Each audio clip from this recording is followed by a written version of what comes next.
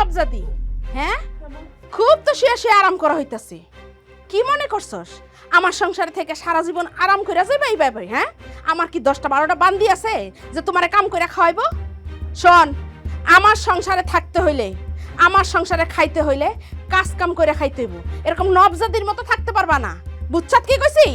লেংরির ঘরের লেংরি আই আমার গাড়ে উঠছে। এই ল্যাংড়া মহিলা, একটা কথা মন দিয়া শোন। এই বাড়িতে থাকতে দিছি এটা তো 7 জন্মের কপাল। যদি আমার স্বামীর চারপাশে ঘুরতে দেখি না, একটা ঠ্যাং তো তোর গেছে, আর একটা ঠ্যাং কিন্তু ভাঙা দিব। আর শোন, এই বাসায় থাকবি, সব কাজ তুই করবি, ঠিকঠাক মতো করবি, মনে থাকে যেন। আর আমার স্বামীর চারপাশে যেন না দেখি, তা কিন্তু খুব খারাপ হবে। তাহলে খবর আছে। হে আল্লাহ।